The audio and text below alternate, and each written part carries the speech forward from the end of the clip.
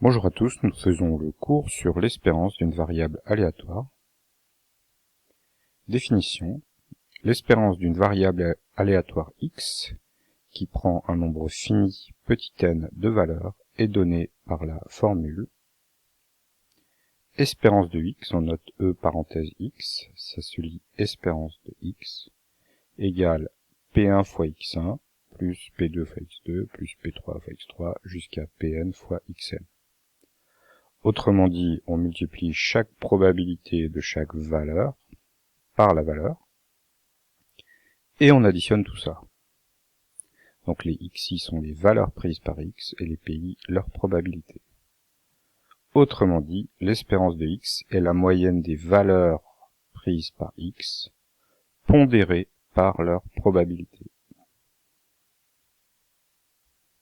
Pour rendre ça plus concret, regardons notre fameux exemple de l'urne qui contient des jetons, un jeton numéroté 1, 2 numéroté 2, 3 numéroté 3 et 4 numéroté 4. On tire un jeton dans l'urne et on note quand x son numéro, on veut l'espérance de grand X. Donc l'espérance du premier jeton tiré, ici on n'en tire qu'un seul.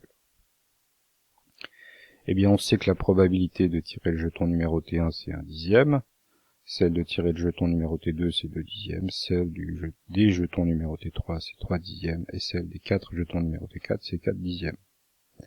Donc on multiplie chaque probabilité par la valeur de x, et on trouve 3, qui est l'espérance de grand X. Nous allons maintenant justifier le nom d'espérance. Pourquoi l'espérance s'appelle l'espérance? Parfois on dit l'espérance mathématique pour la distinguer de l'espérance philosophique, on va dire.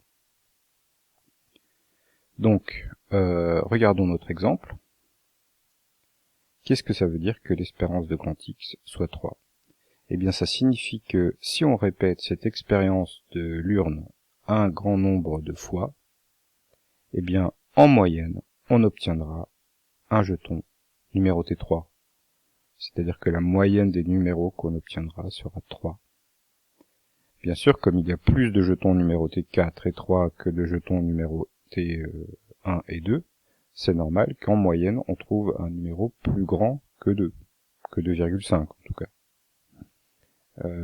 Et le numéro qu'on trouvera donc en moyenne sera plutôt 3, autour de 3.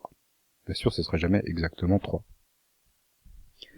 Donc, formalisons ça.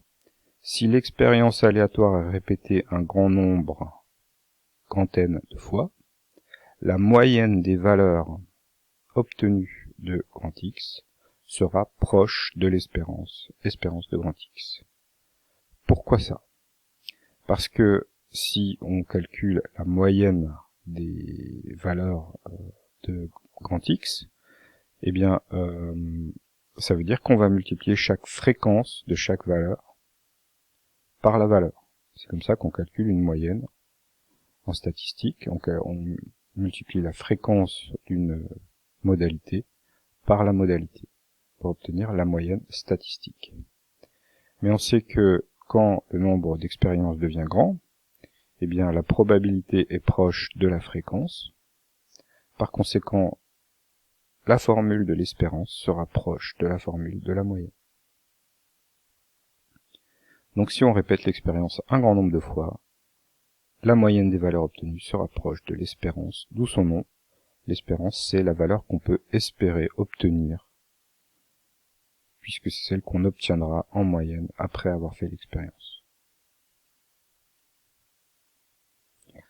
Dans l'exemple 2, on va regarder la somme de 2 jetons tirés sans remise, puisqu'en fait on a déjà traité cet exemple quand on a parlé de la loi de probabilité d'une variable aléatoire. Je passe donc sur le tableau des issues et l'arbre pondéré qui permet de calculer les probabilités, et on avait trouvé donc la loi de probabilité de la somme des 2 jetons tirés sans remise, qui est ici, c'est ce tableau. Pour calculer l'espérance de cette somme, nous allons prendre chaque probabilité, la multiplier par la valeur de S. Et après, on va tout additionner.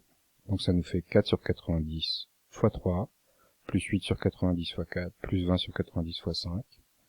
Et quand on fait ce calcul, on peut tout mettre sur 90 et faire une simple addition. Eh bien, on trouve 6. Ce qui signifie que, en moyenne, cette somme, si on fait l'expérience un grand nombre de fois, en moyenne, cette somme sera de 6, ce qui signifie que, avant de faire l'expérience, on peut espérer une somme de 6. Disons qu'on obtiendra souvent une somme au-dessus, souvent une somme en dessous, et en moyenne, on obtiendra une somme de 6. Voilà donc pour ce deuxième exemple, et pour ce cours sur l'espérance d'une variable aléatoire.